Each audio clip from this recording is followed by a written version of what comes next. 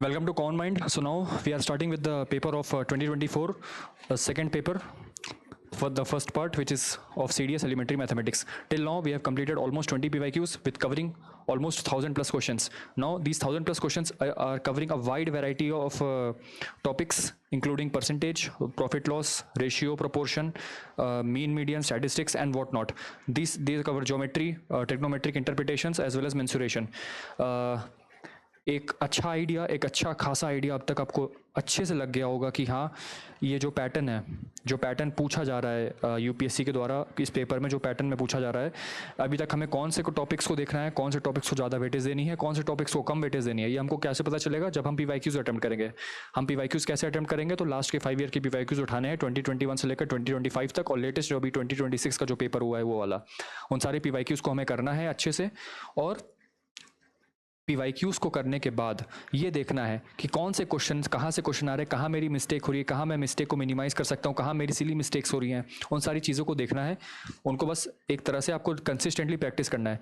ये देखा जा रहा है कि 25 to 30% of the question repeat होते हैं, नॉट एज इट इज, मतलब वैल्यूज थोड़ी चेंज रहेंगी, but the thing is the concept which is applied in that question in any year will come again in the future exam. Okay, अगर suppose 2024 में कोई paper हुआ CDS का, उस CDS में क्वेश्चन रिपीट हुआ 2023 का, तो ऐसा नहीं कि वो एज इट इज रिपीट होगा, वो एक्चुअली में वैल्यूज चेंज करके क्वेश्चन रिपीट होता है, but the concept that you applied is same. तो अगर किसी बच्चे ने उस कंसेप्ट को पहले पीवाईक्यू में देखा होगा, अगर नहीं भी आता होगा तो उसने वहाँ पे सीखा होगा, और तब जाके उसने उसी कंसेप्ट को अप्लाई किया, तो उससे इस वाले पेपर में भी उसके मार्क्स आ सकते हैं। तो that's why this is the importance of PYQ. मैं आपको बार बार इस चीज़ पे एम्फेसिस कर रहा हूँ, तो please attempt PYQs are must. Okay, किसी भी पेपर के लिए पीवाईक्यू मस्ट होते हैं। तो हम इसको स्टार्ट करते हैं। टाइम हमारे पास इस पेपर के लिए जो अवेलेबल है 2 आवर्स रहते हैं, मैक्सिमम मार्क्स हमारे पास 100 होते हैं। पेपर जो हमारा एलिमेंट्री मैथमेटिक्स का है, and the thing is every question, हर एक क्वेश्चन के पास 1 मार्क्स होते हैं। इंस्ट्रक्शन एज यूजुअल है, सेट मेरे पास A है, तो आप इससे आंसर की मैच कर लीजिएगा कि हमारे पास जो सेट A है उसी से हम आंसर मैच करिएगा। और जो डिडक्शन है मार्क्स का, वो -0.33 मार्क्स होता है इन केस अगर आपका क्वेश्चन रॉन्ग है या फिर स्क्रिबलिंग सही नहीं है। ठीक है, नेक्स्ट अब आते हैं अपने क्वेश्चन पे। पहला क्वेश्चन हमसे ये बोल रहा है कि a real number x is such that the sum of the number and 4 times its square, यानी कि रियल नंबर x है, उसका सम किससे, उसका सम उसके 4 टाइम्स स्क्वायर से, यानी कि उसका स्क्वायर और उसका 4 टाइम। ये मेरे पास हो गया फंक्शन, यानी कि ये मेरे पास क्या हो गया, ये नंबर हो गया। अब इस नंबर को हमें करना है लीस्ट, यानी कि इसको करना है लीस्ट मतलब कि मिनिमम। जब मेरे को इसको मिनिमम करना है तो हमने एक फॉर्मूला पढ़ा है इसके डेरिवेटिव का। क्या? जब हम इसका डेरिवेटिव निकालते हैं with respect to x, then we will get that it is 1 + 8x। ठीक है, और जब मैं इसका डबल डेरिवेटिव निकालता हूँ तो इसका डबल डेरिवेटिव 1 आता है, which is greater then 0। That means यहाँ से जो मेरे को x मिलेगा वो क्या होगा, that is a point of minima. How did I conclude that this is a point of minima? Bye checking it's double derivative, right? By checking its double derivative that it is greater than 0. If it is greater than 0, then the point which we obtained is a point of minima, and by putting this value in this particular equation we will get the minimum value of the function that which is asking us to find. But the question is asking us to find that number, that means this number. So this number is equals to -0.120 to 1640, -0.125 is that number. So our answer is option number B. Okay, the difference of the square of two numbers, the difference of the square of two numbers, m square minus n square is 72. That means m square minus n square is 72. That means m plus n multiplied by m minus n, that is equal to 72. अब 72 को लिखने के कई सारे तरीके हो सकते हैं। क्या क्या? एक होता है 72 into 1, एक होता है 2 multiplied by 36, एक होता है 3 multiplied by 24, एक होता है 4 multiplied by 18, एक होता है 6 multiplied by 12, और एक होता है 8 multiplied by 9। ठीक है, ऐसे लिख सकते हैं इसको लिखने के बहुत सारे तरीके हैं। अच्छा, ये हो गया आपका m + n, ये सब जितनी वैल्यूज आपको m + n दी हुई है, और ये सारी की सारी वैल्यूज m - n हो गई। ठीक है, ये सारी की सारी वैल्यूज m - n हो गई। तो हम यहाँ से स्टार्ट करते हैं, या कहीं से भी स्टार्ट कर लीजिए। अगर मैं यहाँ पे m + n को 72 लेता हूँ और m - n को 1 लेता हूँ, ठीक है, m + n ये वाली रो है और m - n ये वाली रो है, इन दोनों को अगर मैं ऐड करूँगा तो मेरे पास आएगा 2m की वैल्यू यहाँ से 73 आ जाएगी, लेकिन m की वैल्यू क्या आ रही है 73/2, which is not a natural number. हमें क्वेश्चन में दे रखा है कि 2 नेचुरल नंबर है मेरे पास m and n, where m is greater than n। ठीक है, हमारे पास 2 नेचुरल नंबर्स हैं, तो m की वैल्यू 73/2 नहीं है। और अगर आप ध्यान से देखो तो जब मेरे पास एक इवन नंबर है और मेरे पास एक ऑड नंबर है, तो जब मैं दोनों को ऐड कर रहा हूँ तो मेरे पास एक ऑड नंबर आएगा और 2 टाइम्स यहाँ पे m आ रहा है, तो m की value that odd number by 2, यानी कि m की वैल्यू नेचुरल नंबर नहीं आएगी। यानी कि जब तक मेरे पास एक ऑड नंबर रहेगा तब तक मेरे पास m की कोई नेचुरल नंबर नहीं आएगा। तो इसको चेक करने का मतलब, या फिर इसको चेक करने का मतलब, या फिर इसको चेक करने का मतलब मेरे पास कोई मतलब नहीं रहता, क्योंकि इसमें 1, 3 और 9 as an odd number present है। और यानी कि इसको मैं इसलिए नहीं चेक करूंगा क्योंकि जब मैं इन दोनों को ऐड करूंगा तो वो 2m आएगा, 2m is equals to odd number. तो यहाँ पे m जो है वो ऑड नंबर बाई 2, मतलब कि m जो है नेचुरल नंबर नहीं आ पाएगा। तो इसको चेक करने का, इसको चेक करने का, इसको चेक करने का कोई मतलब नहीं है।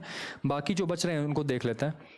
तो देखिए अब हमारे ऑप्शन में भी आप देख सकते हो कि मिनिमम 3 है और मैक्सिमम 4, 5, 6 तो नहीं होगा, ये तो बिल्कुल नहीं होगा क्योंकि ये दोनों ऑलरेडी चले गए, बचे हुए 3 हैं तो यही 3 हो जाएंगे।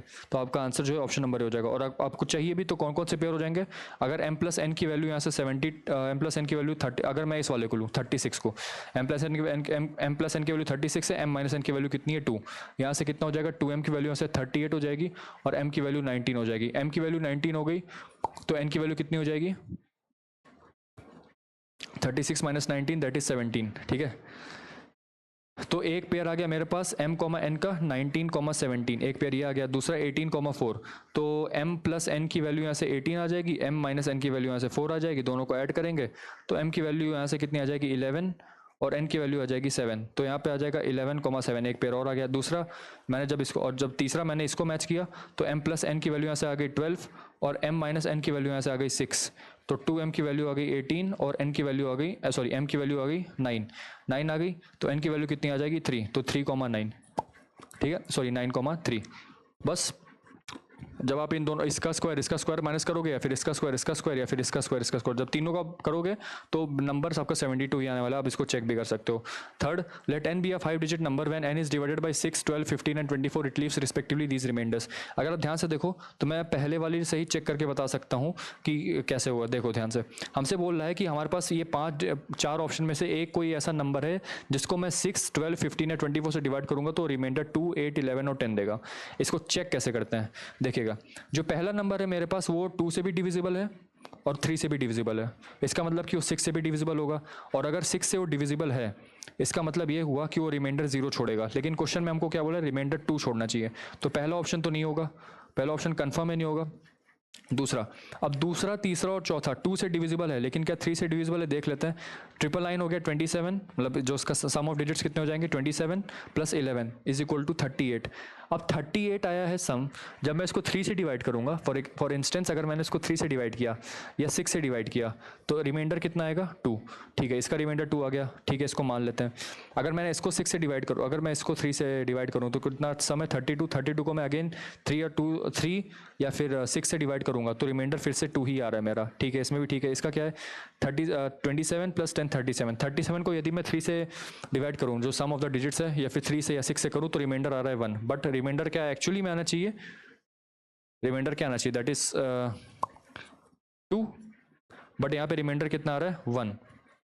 So this is the case, ठीक है, तो डी ऑप्शन भी नहीं होगा। अब बच रहा है मेरे पास बी और सी ऑप्शन। तो अब यहाँ पे डायरेक्टली डिवाइड करके देख लीजिए 9 से, अगर मैं इसको 9 से डिवाइड करूंगा, सॉरी 6 से डिवाइड करूंगा तो कितना आएगा 6 1 6 39, 6 6 36, 39, 6 6 36, 35 कितना हो जाएगा 6 5 30, 56, 6 9 54।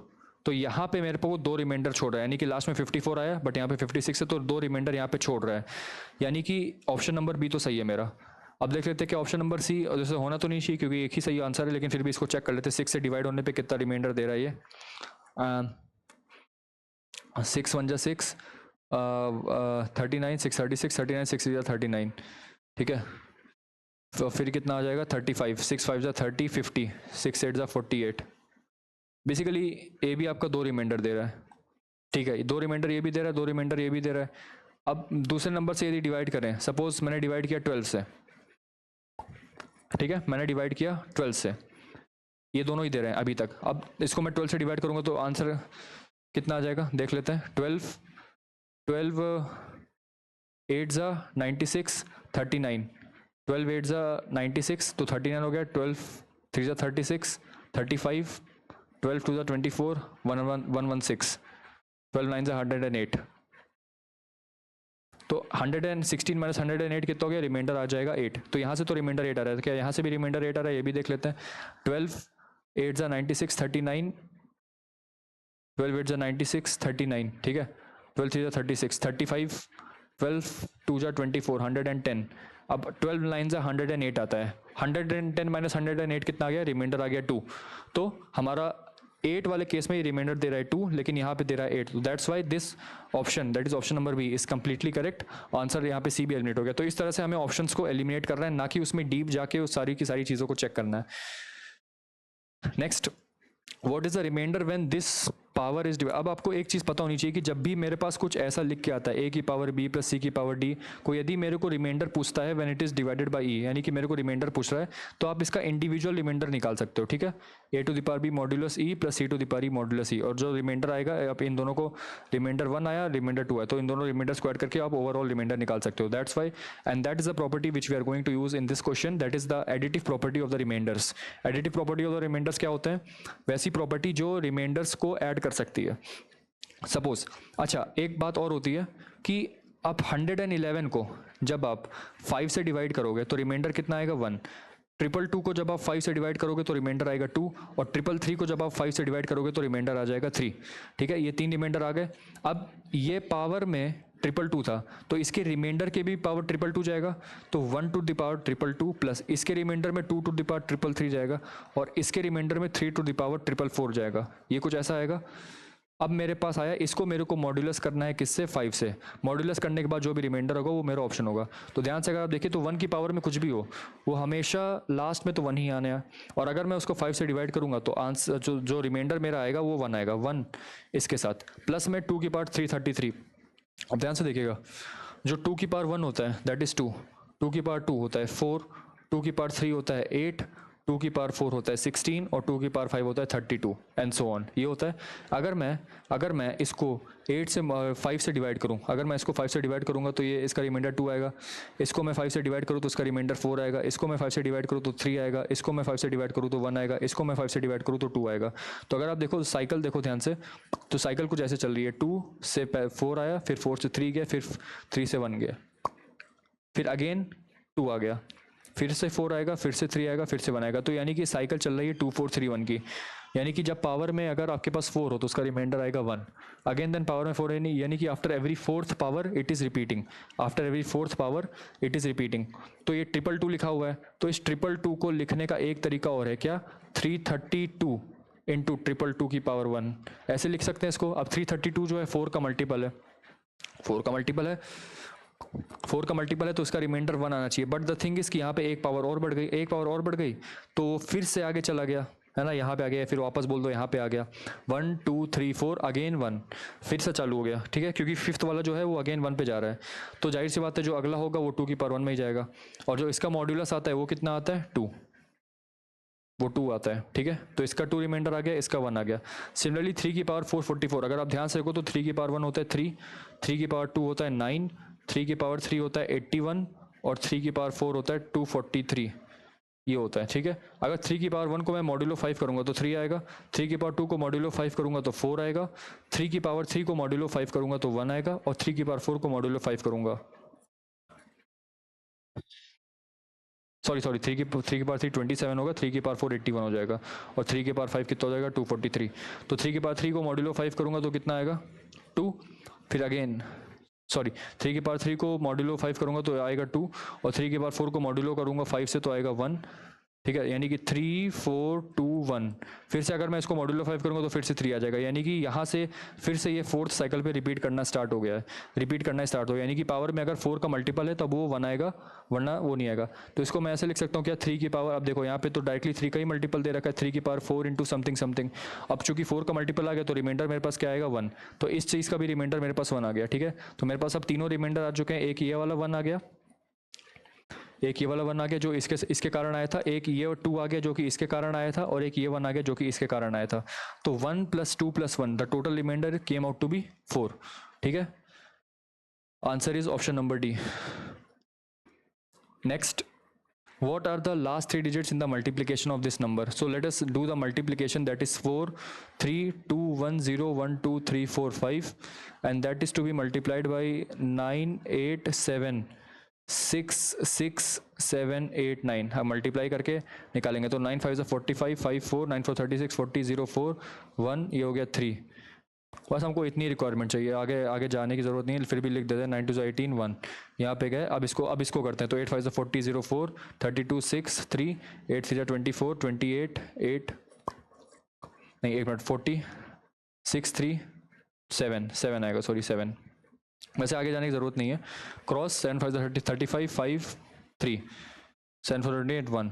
अब जब आप इन सबको ऐड करोगे तो हमें सिर्फ लास्ट के 3 डिजिट से कंसर्न करना है, इसलिए पूरा मल्टीप्लिकेशन तो नहीं करने बैठेंगे. तो हो जाएगा 5 0 और हो जाएगा 12 2 1 7, है ना. तो 205 जो है मेरे पास. अब जब आप सबको ऐड करोगे तो 5 0 और 12, तो 205 आ गया सिंपल. तो लास्ट के 2 डिजिट्स क्या क्या है मेरे, 2 0 5. ठीक है. P varies directly as x square plus y square plus z square. That means P is equals to k times x square plus y square plus z square. ये हो जाएगा. अगर मैं x को 1, y को 2 और z को 3 रखूंगा यहाँ पे, तो P की वैल्यू कितनी आ रही है 70. यानी कि 70 तब आ रही है जब मैं x की वैल्यू को 1 रखूंगा, y की वैल्यू को 2 रखूंगा और z की वैल्यू को 3 रखूंगा. तो यहाँ से 70 की कितनी वैल्यू आ रही है, k times 1 plus 4 plus 9, and that is equals to k is equal to 70 divide by 14, that is equals to 5. तो k की वैल्यू 5 आ गई, तो P की वैल्यू आ जाएगी 5 times of x square plus y square plus z square. अब x की value -1 रखते हैं. x की वैल्यू को -1 रखोगे तो कितना हो जाएगा, -1 का स्क्वायर प्लस 1 का स्क्वायर प्लस 5 का स्क्वायर, ये हो जाएगा. तो P is equals to 5 times 1 plus 1 plus 25, that is equals to 27 into 5, and that is equals to 135 which is option number C. ठीक है, ऑप्शन नंबर सी. नेक्स्ट वाले सवाल पे आता है 135. Let n be the least positive multiple of 11 that leaves a remainder of 5 which when divided by this particular expression, which of the following is correct. तो ध्यान से देखिएगा, इस वाले क्वेश्चन को हम रफ में करते हैं. ठीक है. The question was saying that let n be a least positive multiple of 11 leaving a remainder of 5 when divided by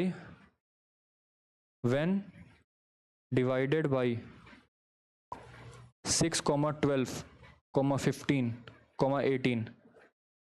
ठीक है, ये होता है. अच्छा, अगर आप ध्यान से देखो तो इसको लिखा जा सकता है n is equal to least. जब हम इससे डिवाइड कर रहे हैं तो n की वैल्यू जो आ रही है 5, तो मॉड किस से 6, 12, 15, 18 ये आ रही है ना. यानी कि जब मैं n को इन सभी से मॉड करूंगा, यानी कि n मॉड्यूलस 6, 12, 15, 18, इसका रिमाइंडर आएगा 5. कहने का मतलब है कि n को यदि मैं, अगर मुझे इन सब से मॉड्यूलस करवाना है तो मैं इसका एक कॉमन नंबर लेता हूँ which is equals to LCM of these numbers, that is 6, 12, 15, 18, है ना. ये जब आपके मॉड में जाएगा तो इसका रिमाइंडर आएगा 5. तो इसका एलसीएम कितना होता है, इसका एलसीएम कितना होगा 180, है ना. जब आप इसका एलसीएम निकालोगे तो टोटल 180 आएगा. 180 इंटू सपोज एक इंटीजर है k, n जो नंबर है मेरा वो 1 इंटू k है, और रिमाइंडर कितना छोड़ रहा है, रिमाइंडर छोड़ रहा है 5. तो मेरा नंबर जो है वो इस फॉर्म का है, मेरा जो नंबर है वो मेरा इस फॉर्म का नंबर आ गया. अच्छा, हमसे कह रहा है कि this is a least positive multiple of 11, this number is a least positive multiple of 11. तो लीस्ट पॉजिटिव मल्टीपल ऑफ 11 होने के लिए ये वाला जो नंबर है यहाँ पे ऐसी k की क्या वैल्यू रखे जिससे कि ये नंबर डिविजिबल बाई 11 बन जाए. तो डिविजिबल बाई 11 बनाने के लिए आपको एक चीज़ करनी पड़ेगी. क्या? तो वो चीज़ है कि अगर इसको 11 से डिविजिबल होना है तो इन दोनों नंबर्स को 11 से डिविजिबल होना पड़ेगा. तो अगर मैं दोनों को सेपरेट करूँ तो 180k को मैं लिख सकता हूँ 176k प्लस 4k. ये इसके पास ऐसा कौन सा नंबर है जो 11 के पास में है. तो अगर आप देखो तो 16 इंटू 11 कितना, 15 इंटू 11 यदि मैं निकालूं तो 165 हो जाएगा. 16 इंटू 11 यदि मैं निकालूं कितना हो जाएगा 176 हो जाएगा. 176. तो 180k को मैं 176k प्लस 4k प्लस 5 में लिख सकता हूँ. अगर मैं इसको मॉड्यूलो किससे करूँगा 11 से, तो ये वाला तो डिवाइड हो जाएगा, बचेगा ये वाला. तो मेरे को 4k प्लस 5 को कुछ मल्टीपल बनाना पड़ेगा, लीस्ट मल्टीपल ऑफ 11. तो कैसे कर सकता है, अब k को 1 रखो तो वैल्यू आएगी 9, ये तो नहीं होगा। k की वैल्यू को 2 रखोगे तो आएगा 13, ये भी नहीं होगा। k की वैल्यू को 3 रखोगे तो आएगा 17, ये भी नहीं होगा। k की वैल्यू को 4 रखोगे तो 21, ये भी नहीं होगा। k की वैल्यू को 5 रखा तो कितना आया 25, ये भी नहीं होगा।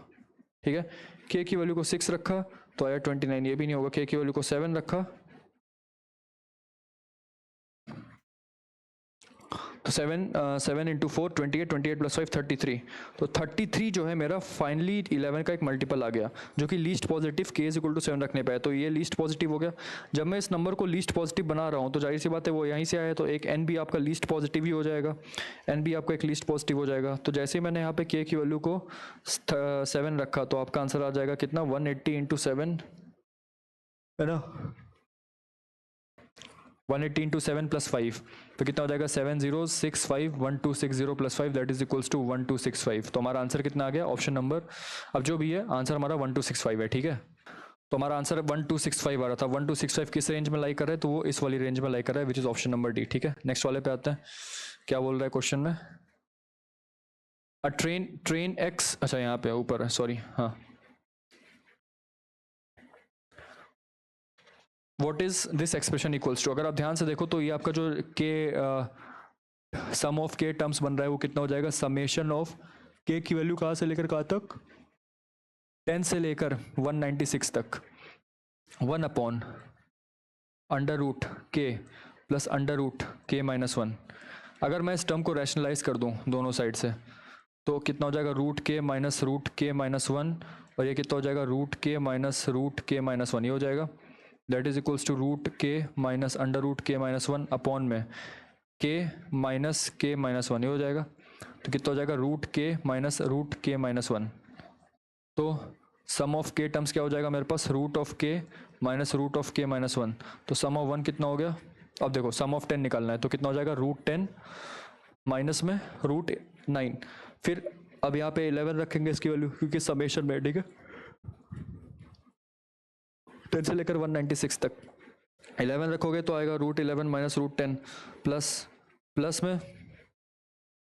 ये कितना आ जाएगा रूट 12 माइनस रूट 11, ऐसे करते करते जाएगा। फिर यहाँ पे आ जाएगा रूट 196 माइनस रूट 195, ये आ जाएगा। यहाँ से ये कैंसिल आउट हुआ, यहाँ से ये कैंसिल आउट हुआ, ऐसे करते करते लास्ट में सिर्फ मेरे पास ये बचा और मेरे पास ये बचा। इसकी वैल्यू कितनी आएगी 196 की, 196 की वैल्यू आ रही है आपकी, रूट 196 की वैल्यू 14 होती है और रूट 9 की वैल्यू 3 होती है। तो 14 माइनस 3 आपकी जो वैल्यू आ रही है वो कितनी आ रही है 11, option number C. Train X crosses a man standing on the platform in 24 seconds. Train X जो है एक मैन को क्रॉस करती है जो कि प्लेटफॉर्म पे खड़ा हुआ है 24 सेकंड के अंदर। तो ठीक है, तो उसका टाइम, उसको लगा टाइम 24 सेकंड का, डिस्टेंस कितने कवर की उस ट्रेन की लेंथ के बराबर, और उसकी वेलोसिटी हमको जो स्पीड निकालनी है वो तो निकालनी है। तो ये हो गया पहला इक्वेशन। दूसरा हमसे कह रहा है कि दूसरी वाली ट्रेन 18 सेकंड्स में क्रॉस करी, तो दूसरी वाली ट्रेन LY हो जाएगी और उसकी स्पीड कितनी हो जाएगी VY। और हमसे कह रहा है कि they cross each other while running in opposite direction in 20 seconds. Opposite direction में 20 सेकंड में क्रॉस करती हैं एक दूसरे को, तो ऑपोजिट डायरेक्शन में लेंथ एडअप हो जाती है और स्पीड भी एडअप हो जाती है। ठीक है, लेंथ भी एडअप हो जाती है, स्पीड भी एडअप हो जाती है। तो यहाँ पे आप लिखो कि 20 times VX plus 20 times VY is equals to LX plus LY कितना है, LX की वैल्यू हो जाएगी 24 VX और LY की वैल्यू कितनी हो जाएगी 18 टाइम्स VY। तो यहाँ पे आप क्या करो, VY को इधर ले जाओ तो आपके पास हो जाएगा 2 VY is equals to 4 times VX। तो मेरे को चाहिए VX upon VY that is equals to 2/4, ये हो जाएगा, and that is equals to 1/2। तो इसका आंसर हो जाएगा 1:2। ठीक है,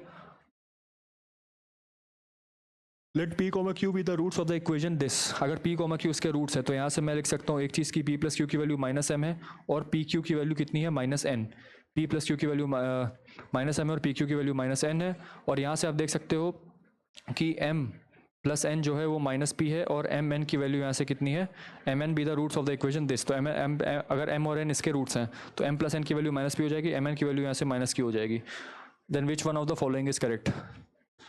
तो ध्यान से देखिए, अगर मैं इन दोनों इक्वेशन को ऐड कर दूं, A और इक्वेशन नंबर B को ऐड करूंगा तो m plus n plus mn की वैल्यू कितनी हो जाएगी minus times P plus Q, और P प्लस Q की वैल्यू यहाँ से -m दे रखी है। सो m plus n plus nm की वैल्यू कितनी हो जाएगी m। ठीक है, सो m से m कैंसिल हो जाएगा, n यहाँ कॉमन जाएगा तो 1 प्लस m इक्वल्स टू 0। तो यहाँ से दो चीज़ें आ रही हैं, या तो n की वैल्यू 0 है, नहीं तो m की वैल्यू -1 है। बट द थिंग इस क्वेश्चन में हमको दे रखा है कि m, n, p और q सब के सब क्या है, नॉन जीरो नंबर है। नॉन जीरो नंबर से तो n की वैल्यू 0 तो होगी नहीं, तो जाहिर सी बात है m की वैल्यू -1 होगी। ठीक है, m की वैल्यू क्या हो जाएगी, -1। अच्छा, दूसरी चीज़, अब इन्हीं दोनों इक्वेशन को मल्टीप्लाई कर दो। जब मल्टीप्लाई करोगे तो आएगा m square n plus m n square, that is equals to minus times P Q. P की वैल्यू -n है, तो ये कैंसिल आउट होकर n बन जाएगा। ठीक है, ये n हो जाएगा। अब यहाँ पे m की वैल्यू -1 रखोगे तो आएगा n, फिर हो जाएगा -n square, that is equals to n। ये हो जाएगा n से n कैंसिल, एक मिनट सॉरी, ये आपका प्लस पी क्यू होगा ना, पी क्यू की वैल्यू -n है, तो ये -n हो जाएगा। तो यहाँ पे आपके पास हो जाएगा n square -2n equal to 0। तो n की वैल्यू यहाँ से क्या आ रही है, या तो n की वैल्यू 0 आएगी, नहीं तो 2 आएगी। तो आंसर क्या हो जाएगा, 2। n की वैल्यू 2 आ रही है, m की वैल्यू -1 आ रही है, तो यहाँ पे आप पुट करोगे।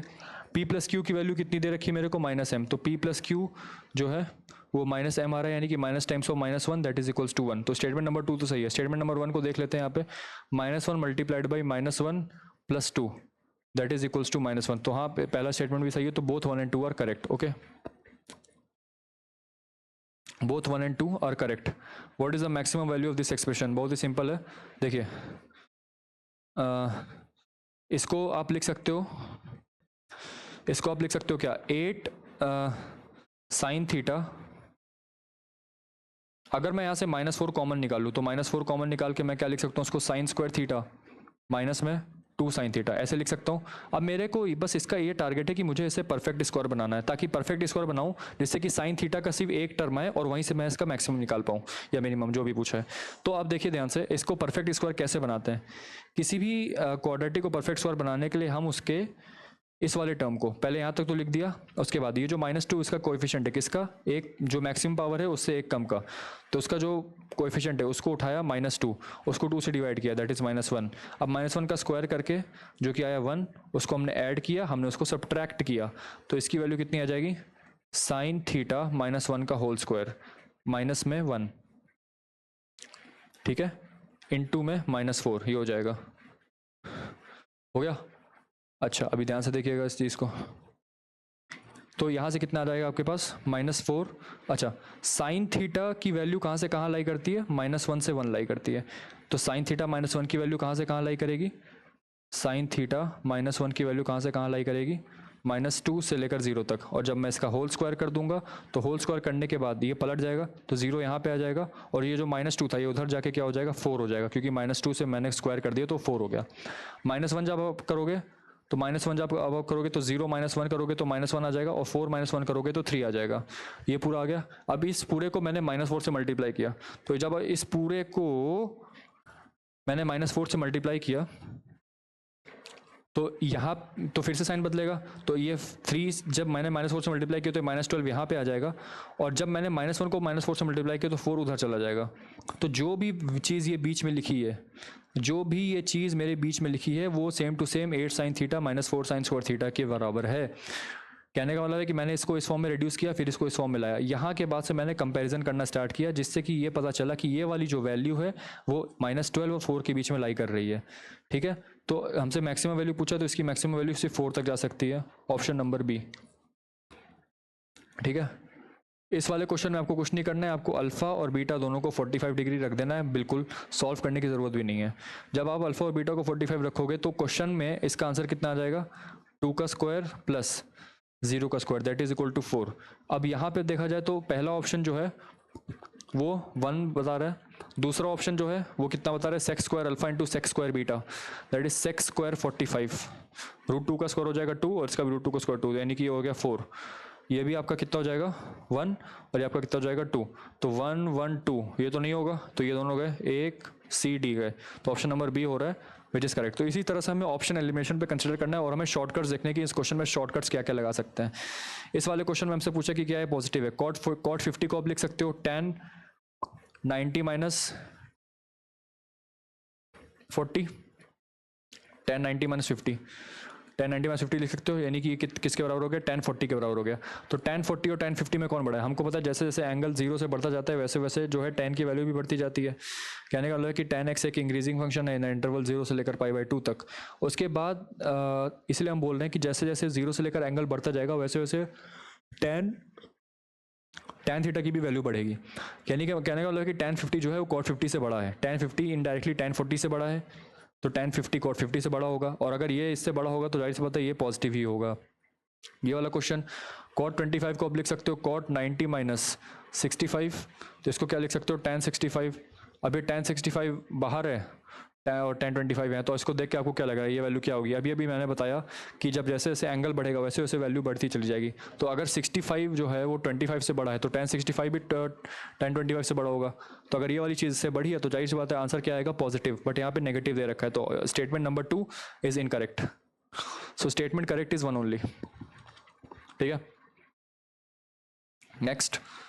अब ये वाला देखिए बहुत ही सिंपल सा दे रखा है, अल्फा प्लस बीटा की वैल्यू √3 है, तो यहाँ से मेरे को क्या निकल के आया, अल्फा प्लस बीटा की वैल्यू π/6 है, और अल्फा माइनस बीटा की वैल्यू कितनी है 1/√3, तो अल्फा माइनस बीटा की वैल्यू यहाँ से क्या निकल के आ गई π/3, और ये हो जाएगा π/3। हमसे बोला कि इसकी वैल्यू बताओ, जब मैं दोनों को ऐड करूँगा तो यहाँ से बीटा और बीटा कैंसिल आउट हो जाएगा, तो 2 अल्फा की वैल्यू कितनी आ जाएगी यहाँ से 3π/6। ठीक है, तो अल्फा की वैल्यू कितनी आ जाएगी π/4, अल्फा की वैल्यू π/4 आ गई, तो बीटा की वैल्यू कितनी आ जाएगी π/4 minus π/6, that is equals to 2π minus pi, 3π minus 2π, π/12। ये आ गई बीटा की वैल्यू, और अल्फा की वैल्यू π/12 तो पहले से थी। तो यहाँ से tan अल्फा कितना हो जाएगा, tan π/4 multiplied by cot 2 beta, that is cot π/6, तो tan π/4 हो जाएगा 1 इंटू cot 180/6 30, cot 30 हो जाएगा sin 60, सॉरी cot 30 हो जाएगा 1/tan 30, तो 1 multiplied by 1/tan 30, that is equals to 1 into 1 divide by 1/√3, तो दैट इज इक्वल्स टू √3। ठीक है, option number C. What is the value of this expression, इसके expression की वैल्यू बताओ, तो sine square theta into cos square theta multiplied by 1/cos square theta plus 1/sin square theta, ये ऊपर जाएगा तो sine square theta plus cos square theta 1 बन जाएगा, और नीचे तो आपके पास sine square theta into cos square theta है ही, और ऊपर भी आपके पास sine square theta into cos square theta है, तो ये दोनों कैंसिल आउट हो जाएंगे, तो आप फाइनली आंसर जो है इसका ऑप्शन नंबर बी आएगा, विच इज़ 1। ठीक है, अब ये वाला एक्सप्रेशन देखते हैं। यहाँ पे मैं इस एक्सप्रेशन को लिख सकता हूँ 64 की power sine square theta plus 64 की power 1 minus sine square theta, इसको मैं ऐसे लिख सकता हूँ 64 की power sine square theta plus 64/64 to the power sine square theta, that is equals to 16। ये 16 पे है। 64 की पावर साइन स्क्वायर थीटा को मैं क्या लिख सकता हूँ, t।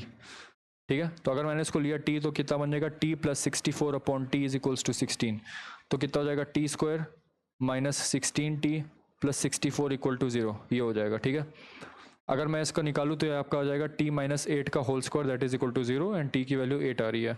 अगर t की वैल्यू 8 आ रही है that means 64 to the power sine square theta, जिसको कि हमने t लिया था, इसकी भी वैल्यू 8 आ जाएगी, इसकी वैल्यू 8 आएगी, यानी कि इसको मैं लिख सकता हूँ 8 की power 2 sine square theta is equals to 8 की पावर 1। इसको इससे कंपेयर कर दो क्योंकि बेस हमारे पास सेम है। ठीक है, बेस हमारे पास सेम है, तो मैंने इसको कंपेयर किया, तो यहाँ से मेरे को निकल के आया कि 2 साइन स्क्वायर थीटा जो है वो 1 है, तो साइन थीटा की वैल्यू जो है वो 1/√2 आ रही है। साइन थीटा की वैल्यू कितनी आ रही है, 1/√2। यहाँ से पता चलता है कि थीटा की वैल्यू 45 डिग्री है। अब थीटा की वैल्यू 45 डिग्री है तो यहाँ पुट कर दो, tan 45 प्लस cot 45 कितना होता है, 1 + 1 विच इज़ 2। ठीक है, इस वाले एक्सप्रेशन को अगर आप ध्यान से देखो तो cosec theta minus cot theta m दिया हुआ है, तो हमको एक प्रॉपर्टी पता है कौन सी, कि cosec square theta minus cot square theta की वैल्यू क्या होती है 1।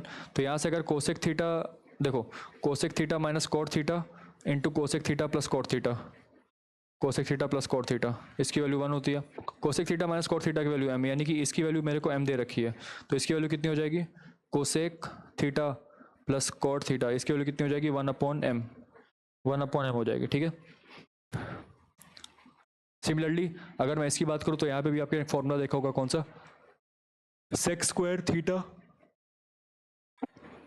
Minus tan square theta is equals to 1, इसकी वैल्यू होती है 1। ठीक है, इसकी वैल्यू अगर 1 होती है तो यहाँ से मैं लिख सकता हूँ कि sec theta plus tan theta into sec theta minus tan theta, इसकी वैल्यू भी 1 ही होती है। Sec theta plus tan theta, या sec theta minus tan theta की वैल्यू n दी हुई, तो sec theta plus tan theta की वैल्यू कितनी हो जाएगी? 1 अपॉन n ये हो जाएगी। अब देखिएगा ध्यान से, अब मेरे पास दो इक्वेशन आ गए। Cosec theta minus cot theta की वैल्यू m दी हुई है, इसको मैं ऑरेंज से मार्क कर दे रहा हूँ।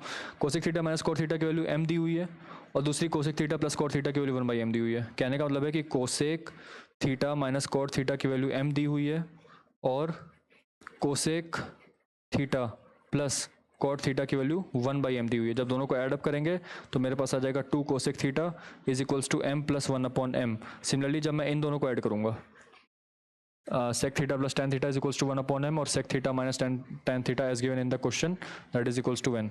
जब दोनों को ऐड अप करेंगे तो क्या आ जाएगा? 2 sec theta की value n plus 1/n।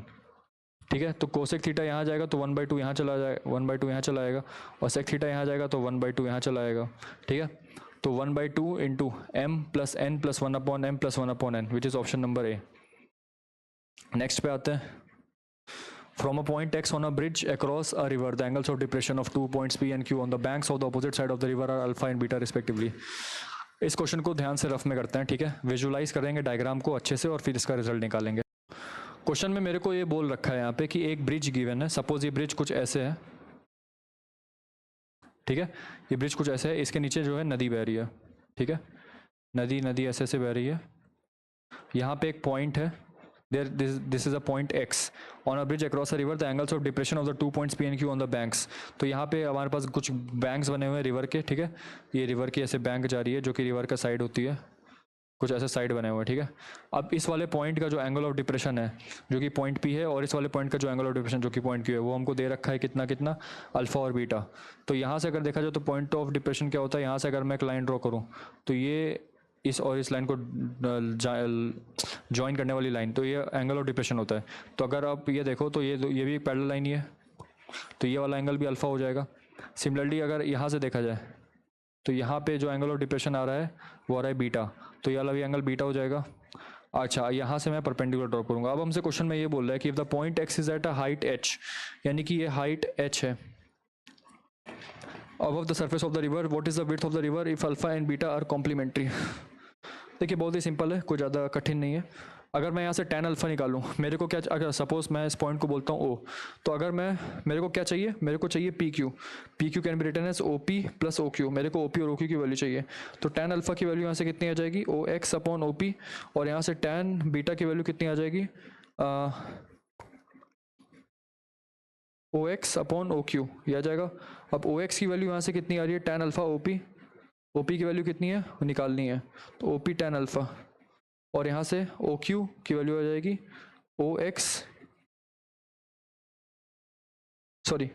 OP की वैल्यू यहाँ से कितनी आ रही है, OX upon tan alpha, that is equals to H upon tan alpha.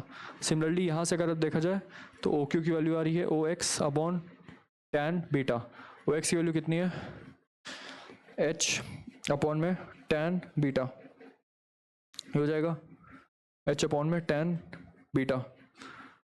अब हम क्या करेंगे, तो अब इसको ऐड कर देते हैं, क्योंकि मेरे को PQ चाहिए। PQ की वैल्यू क्या हो जाएगी, OP प्लस OQ। तो OP की वैल्यू मेरे को दे रखी है H अपॉन tan अल्फा, और यहाँ पे दे रखी है मेरे को H अपॉन tan बीटा। ठीक है, तो ये कितना हो जाएगा, tan बीटा। अब देखो अल्फा प्लस बीटा मेरे को कॉम्प्लीमेंट्री दिया हुआ है, तो अल्फा प्लस बीटा की वैल्यू 90, तो बीटा की वैल्यू 90 माइनस अल्फा हो जाएगी।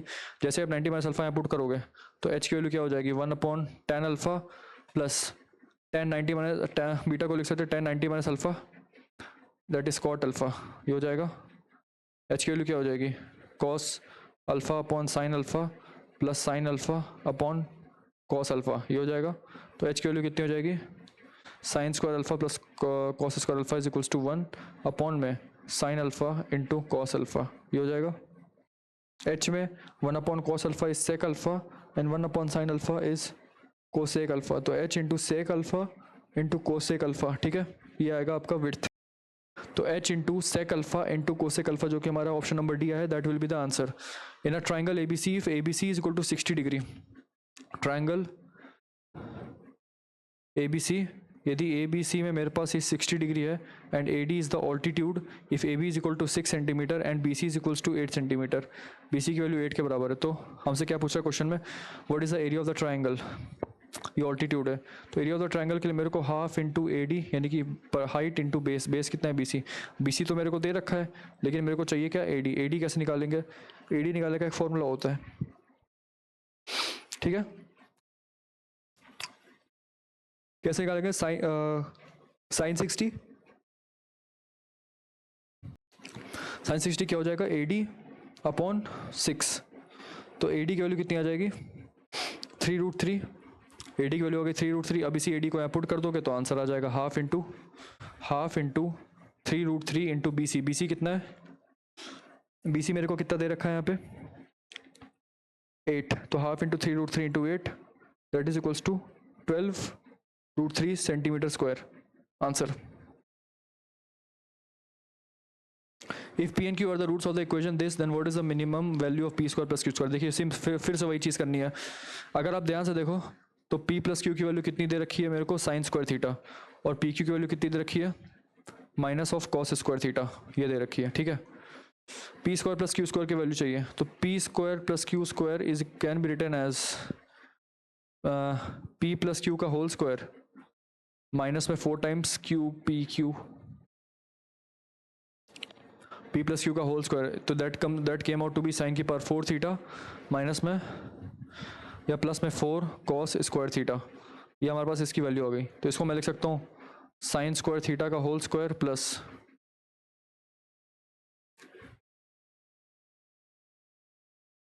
4 माइनस 4 साइन स्क्वायर थीटा, ये हो जाएगा। अब ध्यान से अगर आप इसको देखोगे तो आ जाएगा साइन स्क्वायर थीटा का होल स्क्वायर माइनस में 4 साइन स्क्वायर थीटा प्लस 4, ठीक है। तो ये किसका टर्म बन रहा है, ये आपका बन रहा है साइन स्क्वायर थीटा माइनस 2 का होल स्क्वायर, तो साइन स्क्वायर थीटा मुझे पता है 0 से 1 लाई करता है, तो साइन स्क्वायर, तो यहाँ से साइन स्क्वायर थीटा माइनस 2 कहाँ से कहाँ लाई करेगा, -2 से लेकर -1 तक लाई करेगा, इसका स्क्वायर करोगे तो इवन यहाँ आ जाएगा और यहाँ पे चला जाएगा 4, ठीक है। तो इसकी जो मिनिमम वैल्यू है वो कितनी आ रही है, option number B which is 1। The arithmetic mean of n numbers is m, arithmetic mean जो आ रहा है मेरे पास n जो है n नंबर्स का अरिथमेटिक मीन m आ रहा है, तो सम कितना आ जाएगा इसका, that is equals to n into m, sum की वैल्यू n इंटू एम आ जाएगी। If the sum of first n minus 1 terms, first n minus 1 terms की वैल्यू क्या है, तो जो nth नंबर है वो क्या हो जाएगा, देखो सम ऑफ n टर्म्स मेरे को दे रखा है nm और सम ऑफ n माइनस 1 टर्म्स दे रखा है k, तो tn क्या होता है sn माइनस 1, यानी कि sum of first n terms minus sum of first n minus 1 terms, तो ये कितना हो जाएगा nm माइनस k, मतलब n into capital m minus k, तो which is option number B correctly matching with the answer, okay. What is the geometric mean, geometric mean निकालने के लिए हम क्या करते हैं, अगर मेरे को ए और बी का ज्योमेट्रिक मीन निकालना है तो वो ए बी सी डी, अगर सपोज ए बी सी का निकालना है तो क्या हो जाएगा a इंटू बी इंटू सी की पावर 1/3, तो जितने नंबर्स दे रखे हैं उसकी पावर में इसका इन सभी का मल्टीप्लाई कर देंगे, पावर में 1 2 3 4 5 6 7 नंबर है। तो अगर आप ध्यान से देखो तो यहाँ पे पैटर्न फॉलो हो रहा है क्या, 3 की पावर 1 इंटू 3 की पावर 2 इंटू 3 की पावर 3 इंटू 3 की पावर 4 इंटू 3 की पावर 5 इंटू 3 की पावर 6 इंटू 3 की power 7 whole to the power 1/7, ये होगा।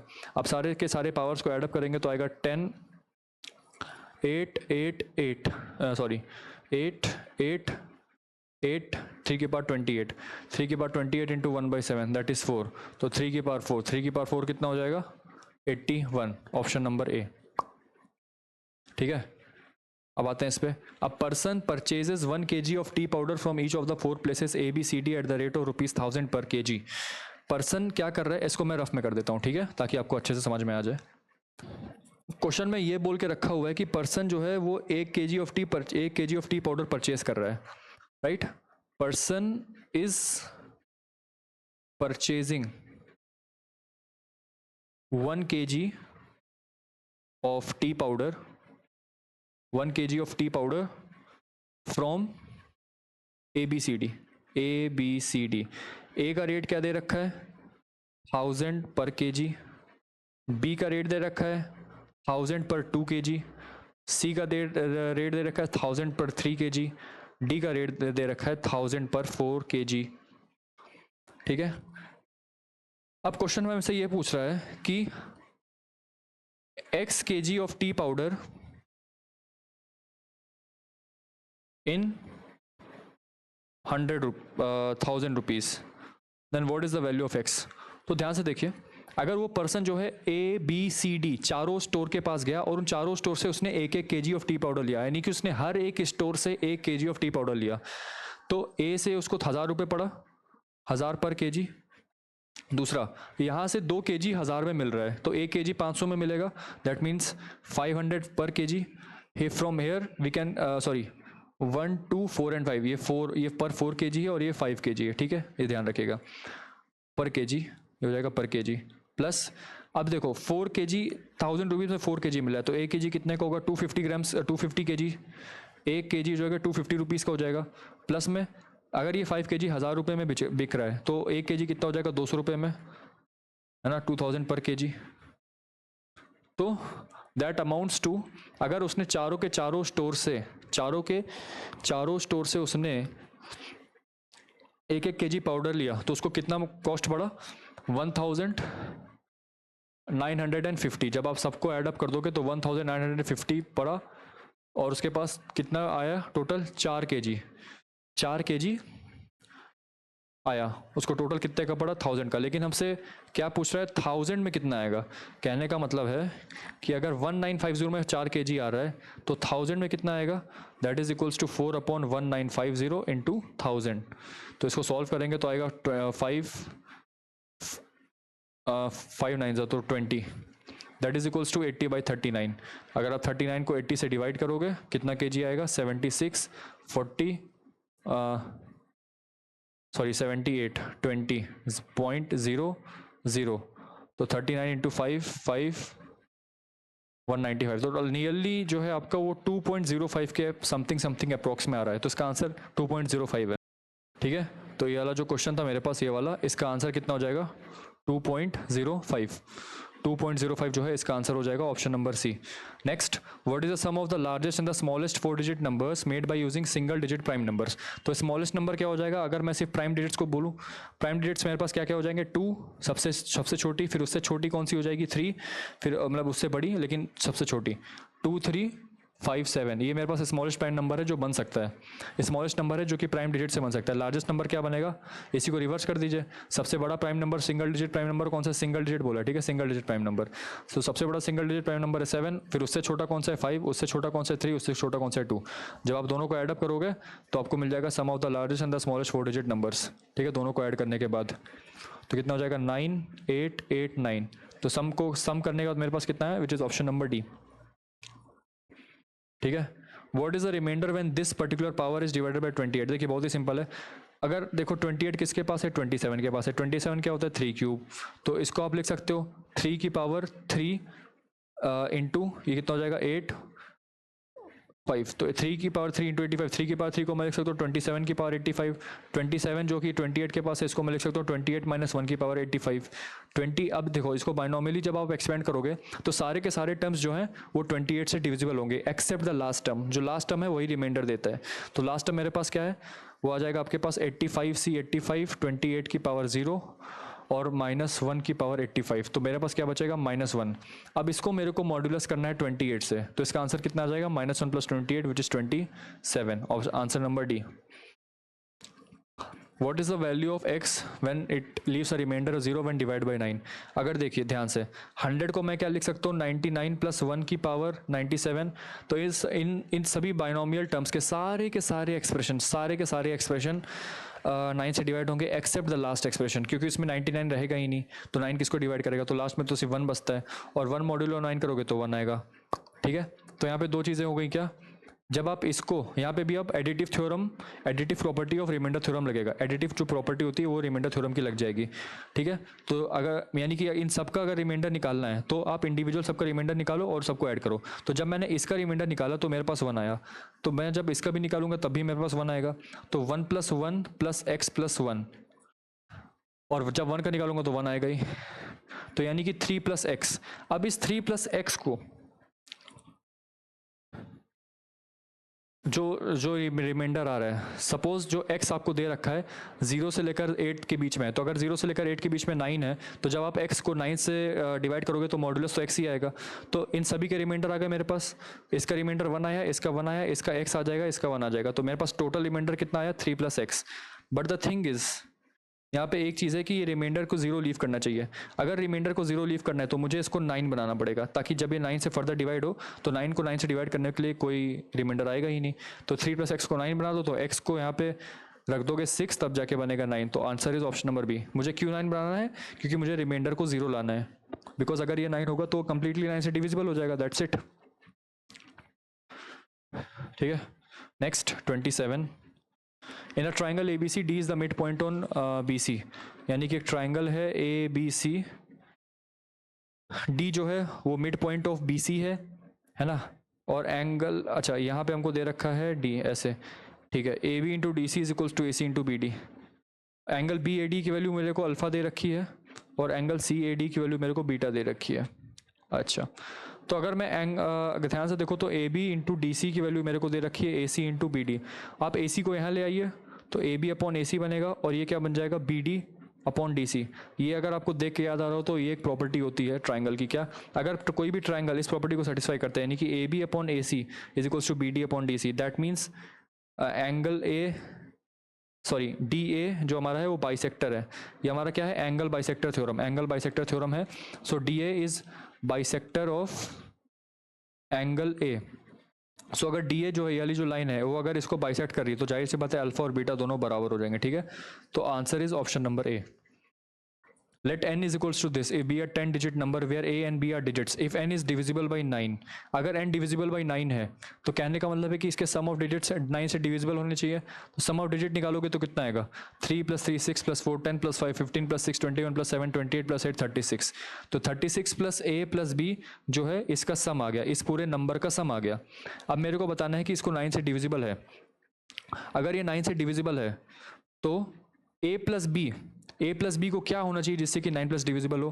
तो a प्लस बी को होना चाहिए 0। ये डिविजिबल तभी होगा जब इसका सम है तो 36 है, उससे ज़्यादा आ सकता है, तो 36 आ जाए। 36 के बाद जो अगला सम आएगा जो 9 से डिविजिबल होगा 45 आएगा, देन 54 आएगा, देन ऐसे ऐसे सो ऑन। तो यहाँ से अगर मैं निकालूँ तो a प्लस बी की वैल्यू मेरे पास कितनी आ रही है? 0 आ रही है। 45 माइनस 36 9 आ रही है। 54 माइनस 36 18 आ रही है, तो एंड सो ऑन। तो आप देख सकते हो यहाँ पे भी 9 का मल्टीपल है, यानी कि a प्लस बी जो है वो 9 के मल्टीपल्स में आ रहा है। तो a प्लस बी जो 9 के मल्टीपल्स में आ रहा है वो 9 से तो पक्का डिविजिबल होगा ही होगा। तो पहला स्टेटमेंट इज करेक्ट। दूसरा हमसे कह रहे हैं कि यदि a ऑड है तो b ऑड होना चाहिए। अगर a ऑड है और b भी ऑड है तो a प्लस बी का सम तो इवन आना चाहिए, a प्लस बी का सम तो इवन आना चाहिए। बट द थिंग इज कि यहाँ पे कोई भी सम इवन नहीं आ रहा है, सारे के सारे ऑड आ रहे हैं, 0 9 18 27। ठीक है, और एक बात और, ए बी डिजिट्स है हमारे पास, तो a और b की मैक्सिमम वैल्यू कितनी हो सकती है? 9 और 9 दैट इज 18, दैट्स इट। यानी कि a प्लस बी की मैक्सिमम वैल्यू यहाँ तक 18 तक ही जाएगी, उसके आगे जाएगी ही नहीं।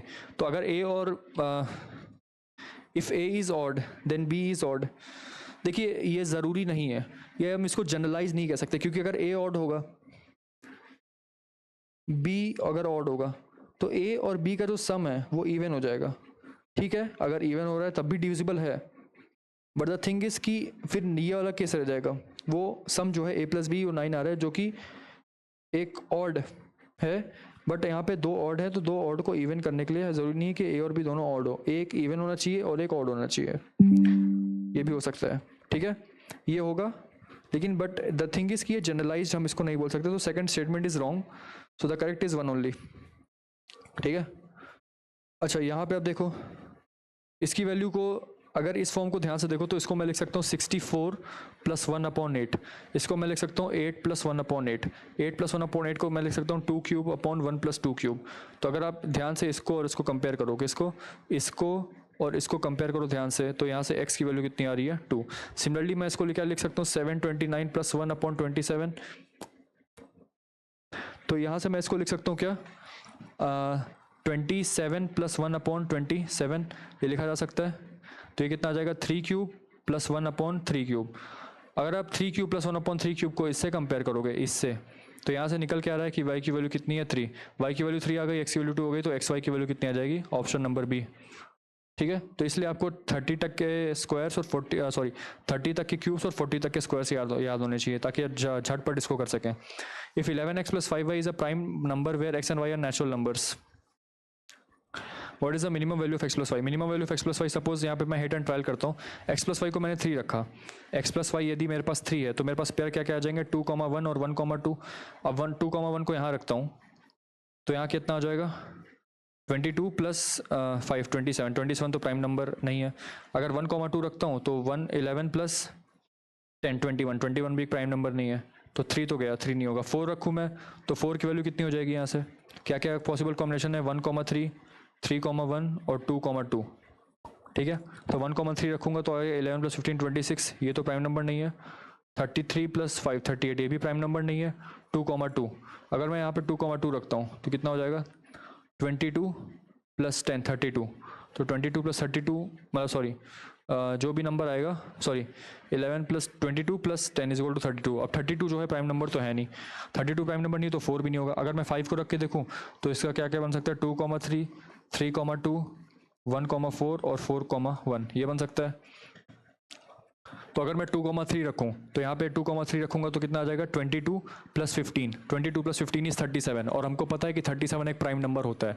दैट मीन्स जब मैंने x और y को 2, 3 रखा है यहाँ पे, 2, 3 रखा है यहाँ पे, तो 37 निकल के आया, which is a prime number. That means this number is a prime number. वो कब पॉसिबल हुआ, जब मैंने x को 2 और y को 3 रखा। सो x + y कितना हो जाएगा, 5। Answer is option number C. ठीक है, a 4 digit number n has exactly 15 distinct divisors, what is the total number of distinct divisors of n²। इस क्वेश्चन को रफ में करते हैं। देखिए ये हमको क्या बोल रहा है कि अ 4 डिजिट नंबर n, सपोज आपने अगर नंबर सिस्टम में थोड़ा सा भी पढ़ा होगा, अगर मेरे पास एक नंबर है उसकी पावर में और उसके प्राइम फैक्टर्स हैं x1 to the power p1 और x2 to the power p2, कुछ ऐसे प्राइम नंबर्स हैं, तो इसके जो नंबर ऑफ फैक्टर्स आते हैं, क्या आते हैं, नंबर ऑफ फैक्टर्स वो होते हैं, क्या होते हैं आपके पास, p1 + 1 × p2 + 1। ठीक है, ये हमारे पास नंबर ऑफ फैक्टर्स होते हैं, इस कंसेप्ट को याद रखिएगा। अगर आप किसी भी नंबर को उसका प्राइम फैक्टराइजेशन करके उसको तोड़ते हो और कुछ अगर ऐसा बनता है x1 की पावर p1 × x2 की power p2, then number of factors are p1 + 1 × p2 + 1, that's it. ठीक है, not number of factors but number of divisors, number of divisors that is equals to p1 + 1 × p2 + 1। ठीक है, तो हमको number क्या दे रखा है, कोई एक 4 डिजिट नंबर है n which has exactly 15 divisors, मतलब मेरे पास 15 डिवाइजर हैं। तो इस 15 को मैं लिख सकता हूँ 5 × 3, ऐसे लिखा जा सकता है, या फिर 3 × 5 लिख दो, नहीं तो 15 × 1 भी लिख सकते हो। ठीक है, तो यहाँ से आप देखो तो नंबर ऑफ डिवाइजर्स मेरे को 15 दे रखा है, 15 को 5 × 3 में ब्रेक कर सकते हो, यानी कि इस p1 + 1 × p2 + 1। तो यहाँ से अगर मैं p1 की वैल्यू निकालूँ तो 4 हो जाएगी और p2 की वैल्यू निकालूँ तो वो 2 हो जाएगी। ठीक है, यानी कि जो नंबर आपके पास वो गिवन है वो नंबर किस फॉर्म का है, n is equals to x1 to the power p1 और x2 to the power p2, इस फॉर्म का नंबर है। या तो एक्सचेंज भी कर सकते हो, ये 2 को यहाँ लो 4 को यहाँ लो, कोई फर्क नहीं पड़ता। लेकिन हम हमसे पूछा है कि number of distinct divisors of n², तो जब आप n² करोगे तो x1 की पावर 8 हो जाएगा और x2 की पावर 4 हो जाएगा। तो अब यहाँ से नंबर ऑफ डिवाइजर्स निकालोगे तो कितना हो जाएगा, 8 + 1 × 4 + 1, that is equals to 9 × 5, that is equals to 45। ठीक है, तो ये हमारे पास इसका आंसर हो जाएगा। So our answer of this particular question is option number C, which is 45. ठीक है, if PQR are the lengths in centimeter of the sides of a right angle triangle, ध्यान से देखिएगा, मेरे पास एक ट्राइंगल गिवन है जिसकी साइड्स है P, जिसकी साइड्स है Q, जिसकी साइड है R। अब हमसे बोल रहा है कि what is this expression equal to. ध्यान से अगर आप इस एक्सप्रेशन को देखोगे तो आप लिख सकते हो P - Q + R। So now we know from the triangle inequality law that the sum of any two sides must be greater than the third side. That means if I add these two sides, that is Q + R, it must be greater than P. It must be greater than P. That means अगर मैं Q + R को इधर ले आऊँ तो P - Q + R इधर आ जाएगा, that is less than 0, और वही सेम टू सेम चीज़ यहाँ पे लिखी हुई है। तो यानी कि ये वाला जो टर्म है वो less than 0 होगा। यानी कि ये वाला term less than zero. Similarly ये वाले टर्म को यदि आप देखो तो यहाँ से आप q minus R plus P को कॉमन निकालोगे। अब r plus P sum of any two sides is always greater than the third side, that means this. तो अगर आप इसको यहाँ लाओगे, r प्लस पी को यहाँ ले आओगे तो q minus R plus P हो जाएगा क्या, लेस देन जीरो, यानी कि ये वाला टर्म भी लेस देन जीरो बन गया। सिमिलरली ये वाला भी टर्म लेस देन जीरो बन गया, यानी कि ये जो तीनों टर्म मल्टीप्लिकेशन में है ये तीनों की तीनों नेगेटिव हो गए। तो नेगेटिव की power 3 is always negative, so answer is negative only. ठीक है, next, what is the minimum value of this particular function. a की पावर 4 को इन सब में डिवाइड करोगे तो आंसर कितना आ जाएगा, a की पावर 4 प्लस 1 अपॉन a की पावर 4। सिमिलरली b की पावर 4 को इनमें डिवाइड करोगे तो आएगा कितना, b की पावर 4 प्लस 1 अपॉन b की पावर 4, ये आ जाएगा। ठीक है, अब तुम सबको पता है AMGM लगा दो, AMGM हमेशा पॉजिटिव नंबर्स पे लगता है और a ग्रेटर देन जीरो है, b भी ग्रेटर देन जीरो, तो पॉजिटिव नंबर पे लग जाएगा। AM is greater than equal to GM। कैसे लगाओगे, a की पावर 4 प्लस 1 अपॉन a की पावर 4, ये दो नंबर है, इसका GM हो जाएगा डिवाइड बाई 2 और सॉरी इसका AM हो जाएगा डिवाइड बाई 2, GM कितना हो जाएगा, रूट में a की पावर 4 इंटू 1 अपॉन a की पावर 4, ये हो जाएगा। तो यहाँ से हम देख सकते हैं कि a की पावर 4 प्लस 1 अपॉन a की power 4 is greater than equal to 2, ये हो जाएगा। यहाँ से मैं कंक्लूड कर सकता हूँ कि a की पावर 4 प्लस 1 अपॉन a की पावर 4 प्लस में 1 that is greater than equal to 3, greater than equal to 3, that is greater than equal to 3, ये हो जाएगा। सिमिलरली ये वाला भी टर्म 3 से बड़ा है, ये वाला भी टर्म 3 से बड़ा है, मतलब ग्रेटर देन इक्वल टू 3 है और ये भी ग्रेटर देन इक्वल टू 3 है। और इन दोनों का मल्टीप्लिकेशन, सपोज मैंने बोला कि ये t है और ये है s, तो t भी मेरा 3 से बड़ा है, s भी मेरा 3 से बड़ा है, तो जब दोनों का मल्टीप्लिकेशन करोगे तो उन दोनों का मल्टीप्लिकेशन 9 या उससे बड़ा होगा, और वही हमसे पूछ रहा है इन दोनों का मल्टीप्लिकेशन, तो इन दोनों का मल्टीप्लिकेशन क्या होगा, 9 या फिर उससे बड़ा। ठीक है, इस पे आता है,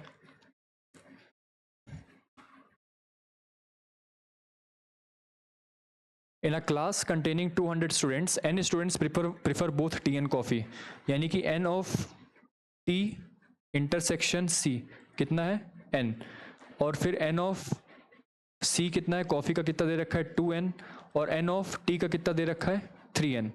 तो यहाँ से आप n of t union c निकाल सकते हो। ठीक है, तो ये निकालोगे तो कितना होगा, n of c plus n of t minus n of t intersection c that is equals to 4n, तो ये आ गया। अब हमसे पूछा कि 4n students prefer neither T nor coffee. कहने का मतलब है कि क्लास में टोटल 200 बच्चे हैं, अगर मैं इसको वेन डायग्राम से समझाऊं तो वेन डायग्राम कुछ ऐसा बनेगा, ये बना और यहाँ पे ये बना, टोटल 200 बच्चे हैं मेरे पास। उन 200 बच्चों में, उन 200 स्टूडेंट्स में ये जो पूरा पोर्शन आया, ये पूरा पोर्शन कितना आ गया, ये पूरा पोर्शन आया जो मैंने ब्लू से शेड किया, that is equals to 4n, है ना, क्योंकि ये t यूनियन c को दिखाता है, ये t है और ये c है, तो t यूनियन c ये हो गया।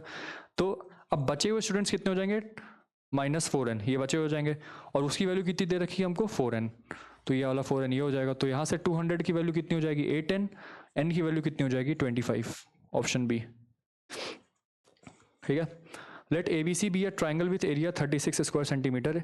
अगर मेरे पास एक ट्राइंगल है, angle A, angle B, angle C, AB की वैल्यू 9 दे रखी है, BC की वैल्यू 12 दे रखी है, एंगल ABC की वैल्यू थीटा है, then what is cos theta equals to, cos theta की वैल्यू हमको बतानी है कि cos थीटा की वैल्यू कितनी होगी। तो आप सभी को पता है जो ट्राइंगल का एरिया होता है साइन लॉ के हिसाब से क्या होता है, half into this side multiplied by this side multiplied by sine of the included angle, that is sin theta, half AB sin C। ठीक है, that is equals to area हमको गिवन है कितना 36 गिवन है, तो यहाँ से 3 हो जाएगा, यहाँ से 3 हो जाएगा, तो साइन थीटा की वैल्यू यहाँ से कितनी हो जाएगी 2/3। हमसे कॉस थीटा की वैल्यू पूछ रहा है ना, साइन थीटा की वैल्यू 2/3 हो गई, तो कॉस थीटा की वैल्यू कितनी हो जाएगी, अंडर रूट में 1 minus sine square theta, that is 4/9, that is equals to √5/3, √5/3 which is option number A. ठीक है, let n be a natural number, the HCF of n comma n plus 10 is 10, let n be a natural number, यदि n एक natural number है तो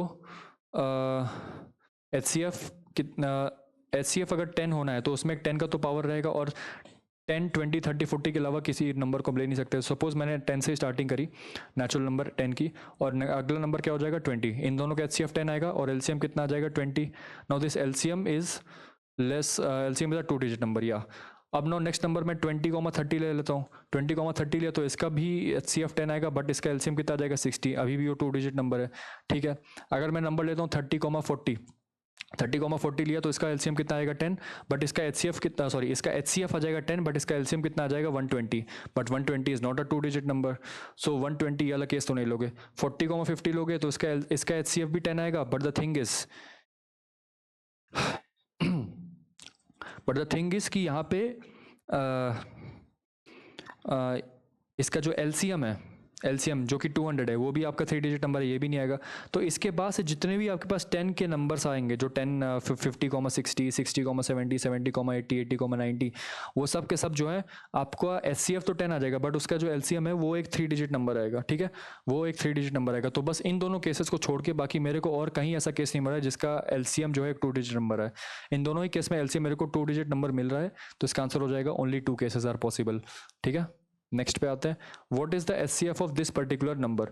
अगर आप इस expression को थोड़ा सा गौर करके देखोगे तो अगर आपकी थोड़ी सी प्रैक्टिस रहेगी तो मैं इस वाले इक्वेशन को लिख सकता हूँ ए स्क्वायर प्लस ए प्लस 1 का होल स्क्वायर, ऐसे मैं इसको लिख सकता हूँ। अच्छा, अगर मैं आपको एक ट्रिक बताऊं तो अगर आपको याद भी नहीं तो आपको यहाँ से याद हो जाना चाहिए। इस वाले एक्सप्रेशन को तो आप देख के बोल सकते हो कि ये आप क्या लिखा हुआ है, ए क्यूब माइनस 1 का होल स्क्वायर, ये लिखा हुआ है, ए क्यूब माइनस 1 का होल स्क्वायर ये लिखा हुआ है। अब A cube minus B cube का फॉर्मूला लगाओगे यहाँ पे तो क्या बनेगा, A minus B A square plus A B plus B square, ये हो जाएगा, और इसका स्क्वायर और उसका स्क्वायर दे ही रखा है। तो आपको थोड़ा सा भी ऑप्शन में दिखे तो यहाँ पे तो आपके पास एक कॉमन टर्म आ गया, ये वाला कॉमन टर्म और ये वाला कॉमन टर्म तो था ही। ऑप्शन में आप देख सकते हो कि ए स्क्वायर प्लस ए प्लस 1 जैसा कुछ तो टर्म बन रहा है, तो यहाँ पे तुरंत मार देना था। अगर आपको ये नहीं पता होता कि मैं इसको ऐसे फैक्टराइज कर सकता हूँ तो आप इसको यहाँ से भी देख के कर सकते थे, क्योंकि ए माइनस 1 का होल स्क्वायर तो दे नहीं रखा है कहीं पे भी, A square plus A plus 1 दे रखा है, तो इसका आंसर जो है A square plus A plus 1 आ जाएगा, ठीक है, which is option number C.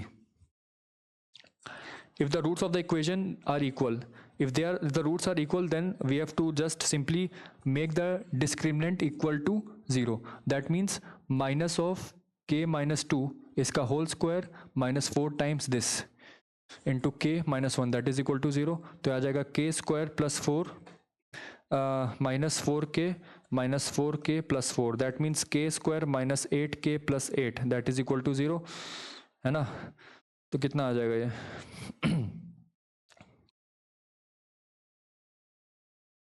Sorry ये k प्लस 1 है, k प्लस 1, तो माइनस 4k माइनस 4, तो प्लस 4 माइनस 4 कैंसिल आउट हो जाएगा, तो मेरे पास क्या बचेगा सिर्फ k स्क्वायर माइनस 8k। तो यहाँ से k की वैल्यू 0 हो गई, या तो k की वैल्यू कितनी आ जाएगी 8, k की वैल्यू या तो 0 आ गई या तो k की वैल्यू आ जाएगी 8, ठीक है।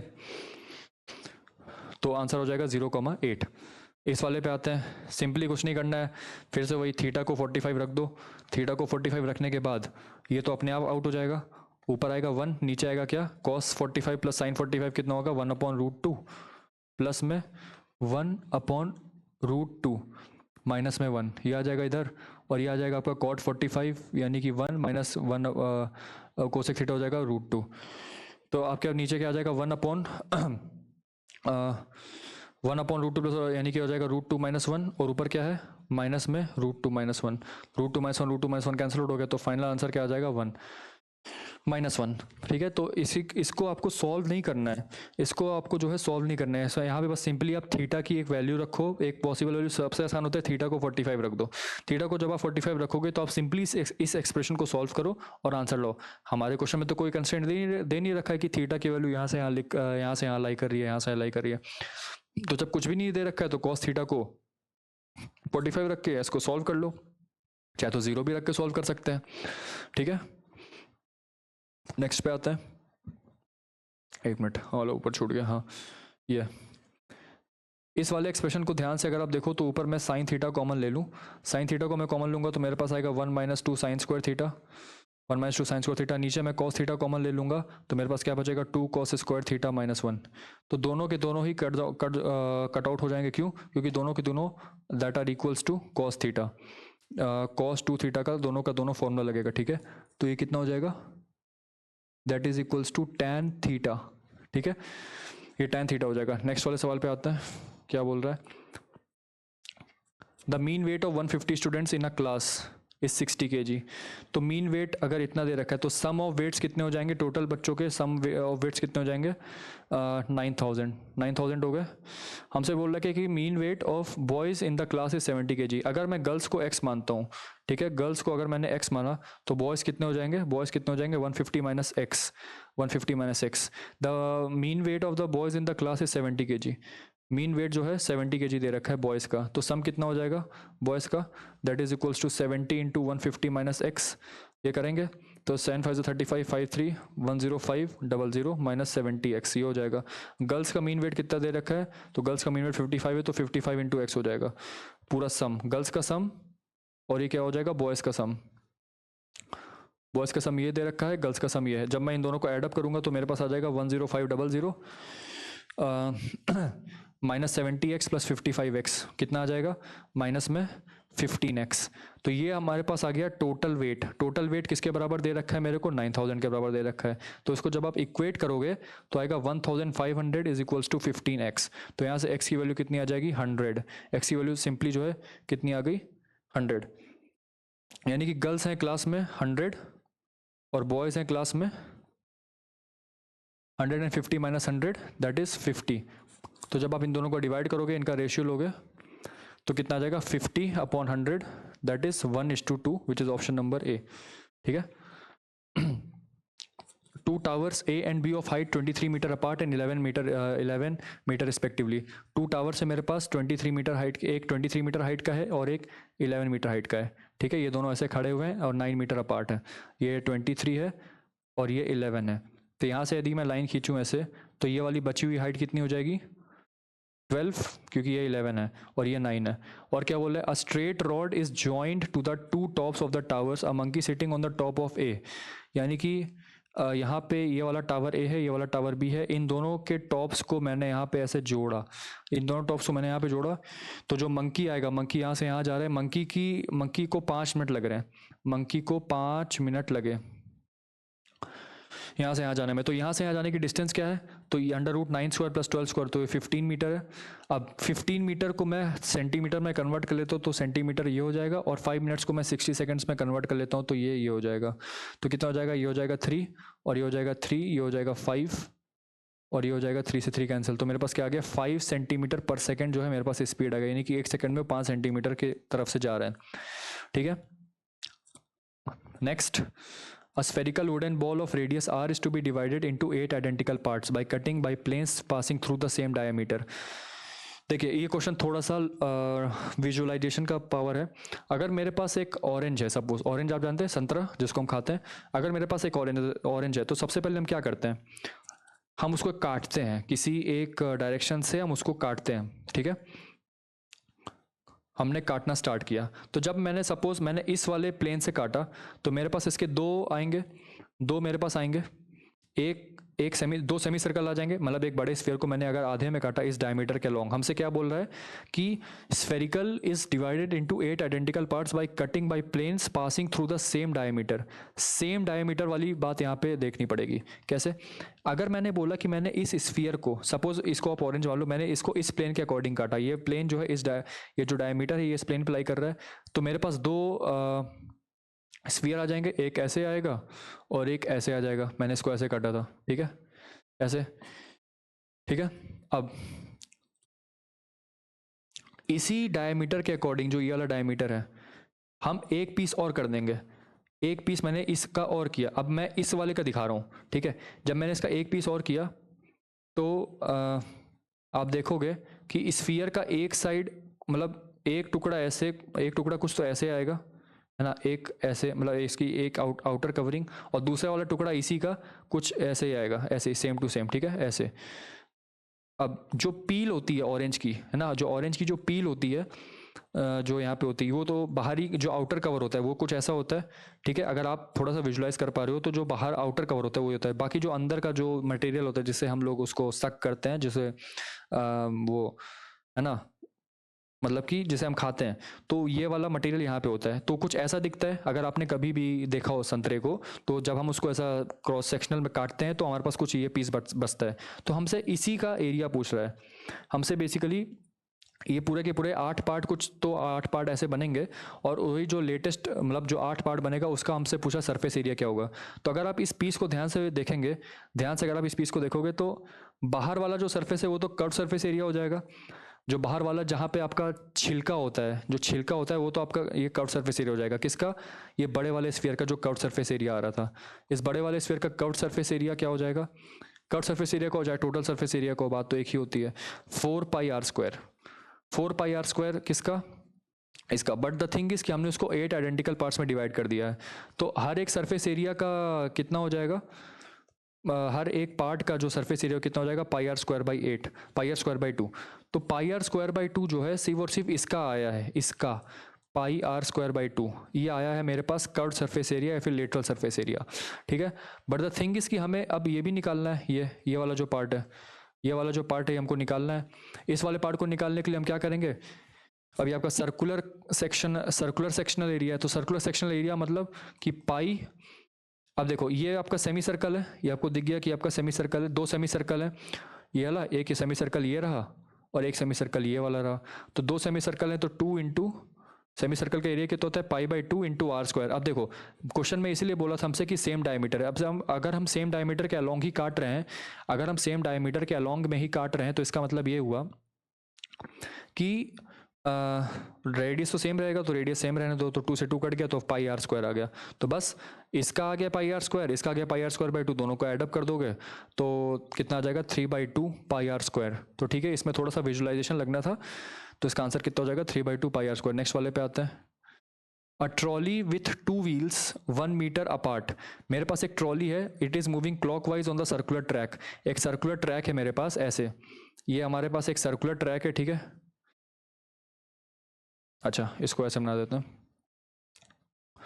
इस क्वेश्चन को रफ में सॉल्व कर लेते हैं, ठीक है। ठीक है, हमसे क्वेश्चन में ये बोला है कि trolley with 2 wheels 1 metre apart is moved clockwise on the circular track.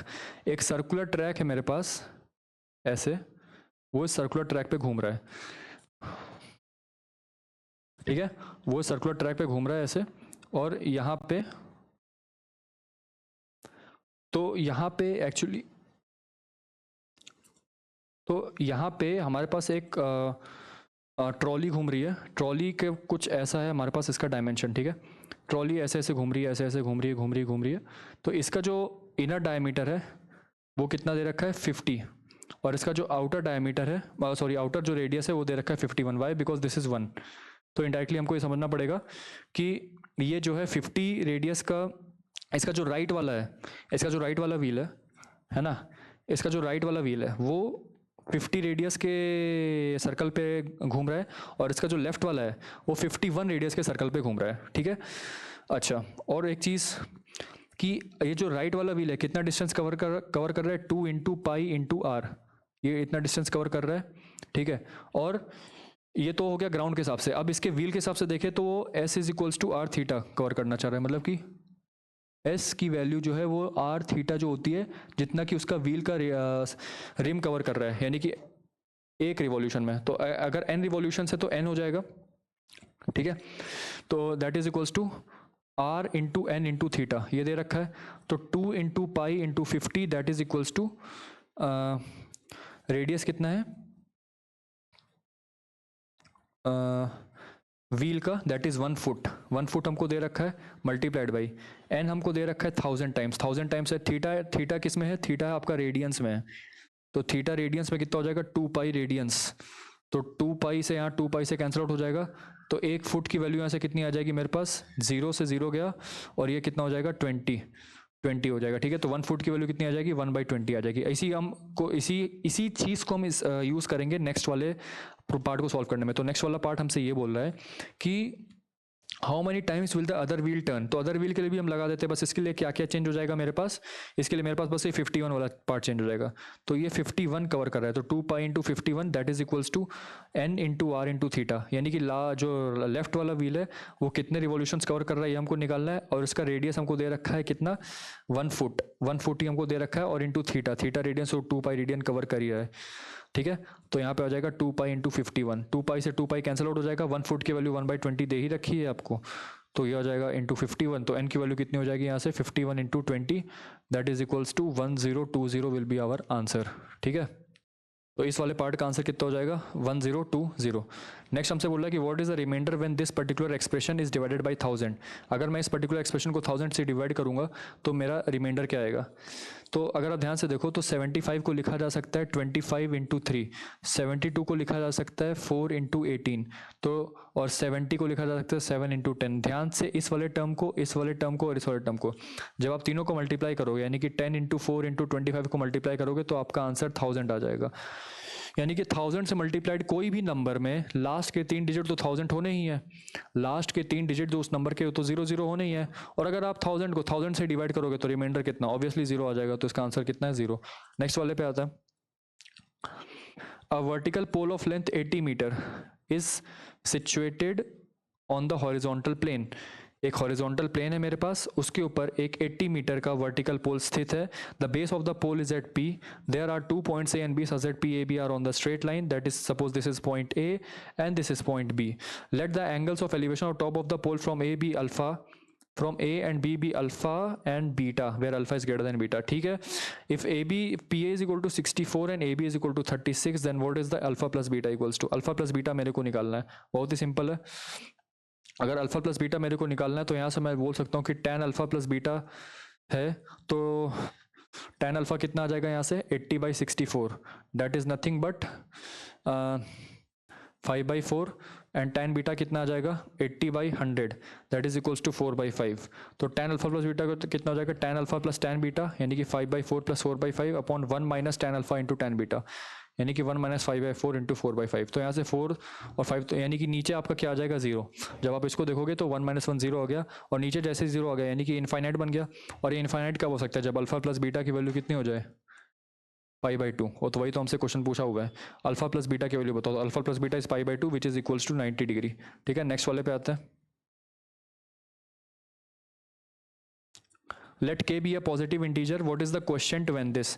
अगर मैं यहाँ से x to the power 8k plus 3 common निकालूँ तो मेरे पास क्या बचेगा 1, यहाँ बचेगा मेरे पास x क्यूब, यहाँ बचेगा मेरे पास x टू द पावर 6, और यहाँ पे बचेगा मेरे पास x to the power 9। Similarly further मैं इसको लिखूँ तो मेरे पास क्या आ जाएगा x to the power 8k plus 3, इसको तो x cube plus 1 as it is रहने देते हैं, और यहाँ पे मैं x क्यूब यदि कॉमन लूंगा, x to the power 6 common लूंगा तो x टू द पावर 6 मेरे पास क्या बचेगा 1 प्लस x क्यूब बचेगा। ठीक है, तो यहाँ से आप देखो तो x to the power 8k plus 3 multiplied by, अब यहाँ से x क्यूब प्लस 1 कॉमन लोगे तो x क्यूब प्लस 1 कॉमन लोगे तो x की पावर 6 प्लस 1 बचेगा। तो मेरे पास जो फाइनल जो ये टर्म बन के आया, ये वाला ये टर्म आया ये। ठीक है, नो अब हमसे बोला कि ये वाला टर्म जो है इससे डिवाइडेड है, तो अगर मैं इसको इससे डिवाइड करूंगा तो हमसे क्या पूछ रहा है, क्वोशिएंट पूछ रहा है। तो क्वोशिएंट क्या होगा, तो जब मैंने इसको डिवाइड किया तो क्वोशिएंट जो है हमारा आंसर आ जाएगा, तो वही x to the power 8k plus 3 will be our answer. ठीक है, नेक्स्ट वाले पे आता है, A square is drawn inside a square of side 14 centimeter in such a way that the corners of the inner square coincide with the midpoints of the sides of the outer square।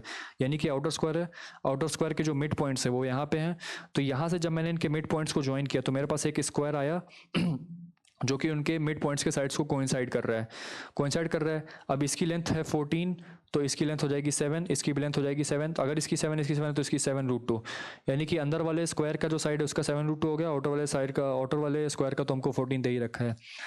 No हमसे पूछ रहा है कि what is the area lying between the two squares. तो outer वाले का square तो pi into 14 square minus में इनर वाले का 14 का स्क्वायर माइनस में 7√2 का स्क्वायर, तो 7√2 का स्क्वायर 14 का स्क्वायर हो जाएगा 196, माइनस में इसका स्क्वायर हो जाएगा 98।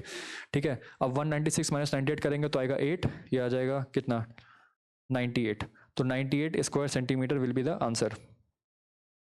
ठीक है, नेक्स्ट वाले पे आते हैं, the base of a right angle is 4/3 times the height, यानी कि बेस जो है मेरे को 4/3 टाइम्स h दे रखा है, और if the square area of the triangle is 54 square centimetre, यानी कि 54 is equals to half into base हमको दे रखा है 4/3 इंटू h, और हाइट कितना दे रखा है h, तो यहाँ से कितना कटेगा 2 से 2 ये 27, तो h स्क्वायर की वैल्यू यहाँ से आ गई 81, तो h की वैल्यू आ जाएगी 9, और बेस की वैल्यू कितनी आ जाएगी 4/3 into 9 which is equals to 12। तो बेस की वैल्यू आ गई 12, हाइट की वैल्यू आ गई 9। तो 12 + 9 को यदि करोगे तो ये पाइथागोरस थ्योरम से आप लगा पाओगे कि √12² + 9² कितना होता है 15। मतलब कि अगर बेस 12 है, हाइट 9 है, तो आपके पास अब तुरंत आ जाना चाहिए कि जो मेरा हाइपोटेनस है 15 है। पेरीमीटर हमसे पूछा तो 15 + 12 27 + 9 36 जो है हमारा आंसर हो जाएगा, final answer. Next, what is the area of the triangle having 4 4 6। अब देख के लग रहा है कि एक आइसोसेलेस ट्राइंगल है, क्योंकि हमारे पास दो साइड्स इक्वल है, और आइसोसेलेस ट्राइंगल का एरिया क्या होता है b/4 अंडर रूट में 4a² - b², where a is the equal sides, a are the equal sides. ठीक है, बस यहाँ पे वैल्यू सब्स्टिट्यूट कर दीजिए। कितना हो जाएगा b/4 मतलब कि 6/4 में अंडर रूट में 4a² कितना हो जाएगा 4 × 4² - 6² that is equals to 3/2 into under root में 64 - 36 that is equals to 3/2 under root में 8, और ये हो जाएगा 28। तो कितना हो जाएगा 3/2 × 2 × √7। तो कितना आ गया answer 3√7। Answer is option number ए। तो इसी के साथ हम यहाँ पे जो CDS एलिमेंट्री मैथमेटिक्स का 2024 का जो सेकंड पेपर है उसके फर्स्ट पार्ट को कंप्लीट करते हुए, और मैं बार बार इस चीज़ पे फोकस कर रहा हूँ, एम्फेसिस कर रहा हूँ कि प्लीज़ प्लीज़ PYQs पे ध्यान दीजिएगा। 2020 से लेकर 2025 तक के जितने भी आपके PYQs हुए कंसिस्टेंटली, उन सभी को सॉल्व करने के बाद आपको ये फीलिंग आएगी कि हाँ इसमें कुछ क्वेश्चंस रिपीट हो रहे हैं, और वास्तव में क्वेश्चंस रिपीट होते हैं। Nearly 25 to 30% of the questions repeat होते हैं, इन द सेंस कि उनकी वैल्यूज चेंज होती हैं, but the concept that is applied to those questions is almost entirely the same.